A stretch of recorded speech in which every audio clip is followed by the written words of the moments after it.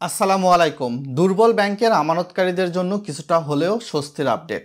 প্রথম দিকে বাংলাদেশ ব্যাংক কিন্তু টাকা ছাপিয়ে টাকা দিতে চাচ্ছিল না, কিন্তু এবার অন্তর্বর্তী সরকার যে কাজটি করছে সেটি হচ্ছে যে বাংলাদেশ ব্যাংকের ভোল্ট থেকে দেশের যে 12টা দুর্বল ব্যাংক রয়েছে তাদের চাহিদার উপর ভিত্তি করে প্রায় ৭০,০০০ কোটি টাকার তারল্য সহায়তা দেওয়ার কিন্তু পদক্ষেপ গ্রহণ করে ফেলেছে ইতিমধ্যে, এবং বেশ কিছু ব্যাংক কিন্তু ইতিমধ্যে টাকা ছাড়ও পেয়েছে।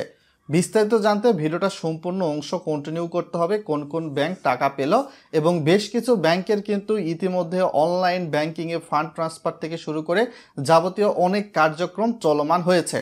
এবার টাকা ছাপিয়েই কিন্তু সরকার দুর্বল ব্যাংকের আমানতকারীদের চাহিদা মতো টাকা মেটানোর একটা পদক্ষেপ নিয়েছে। ইতিমধ্যে এটা নিয়ে কিন্তু রিপোর্টও হয়ে গেছে আজকে।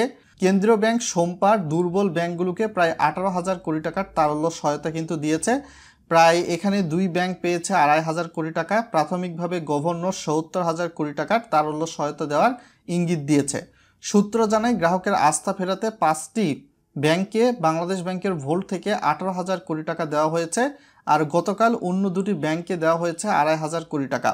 এবং এক্ষেত্রে মূলত আওয়ামী লীগ আমলে ব্যাপক অনিয়মের কারণে তারল্য সংকটে ভুগতে থাকা বেসরকারি সারির bank national bank, Exim bank, social ইসলামী ব্যাংক, ফার্স্ট সিকিউরিটি ইসলামী ব্যাংক, ইউনিয়ন ব্যাংকেও কিন্তু তারল্য সহায়তা দিয়েছে বাংলাদেশ ব্যাংক। তো এইটা কিন্তু রিপোর্ট, এটা কিন্তু আজকের রিপোর্ট, দেখেন পাবেন 27 নভেম্বর 2024। একদম রিয়াল ইনফরমেশান। সাধারণ গ্রাহকদের অবশ্যই রিকোয়েস্ট করব প্রয়োজন অনুপাতে টাকা তুলবেন, বেশি টাকা তুলবেন না। এবং এখানে কিন্তু কেন্দ্রীয় ব্যাংকের পক্ষ থেকে 7,900 কোটি টাকার তারল্য সহায়তা দেওয়া হয়েছে ফার্স্ট সিকিউরিটি ইসলামিক ব্যাংকে। ন্যাশনাল ব্যাংকে কিন্তু অলমোস্ট বলতে পারেন প্রায় 7,500 কোটি টাকার তারল্য সহায়তা দেওয়া হয়েছে। আর অন্যান্য 6টি ব্যাংক কিন্তু নিয়েছে 6,000 কোটি টাকার তারল্য সহায়তা। তো এই মিলিয়ে ব্যাংকের লেনদেন প্রক্রিয়া স্বাভাবিক করার জন্য সরকার কিন্তু প্রথম একটা পদক্ষেপ গ্রহণ করলো, বিশেষ করে দুর্বল ব্যাংকের গ্রাহকদের বিবেচনায়। তবে সবাইকে রিকোয়েস্ট করব যে এই ব্যাংকগুলো থেকে আপনার চাহিদা অনুপাতেই টাকা তুলবেন।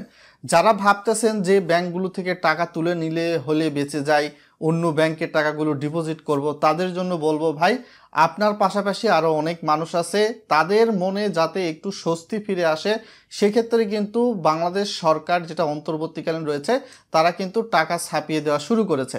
তাই অবশ্যই স্বাভাবিক লেনদেন করবেন। এখন একদম বিরাট পরিমাণের অ্যামাউন্ট না তোলাই বেটার হবে, এবং টাকা জমা দিবেন, টাকা উত্তোলন করবেন, এইটাই একটা স্বাভাবিক কার্যক্রম বলা যেতে পারে।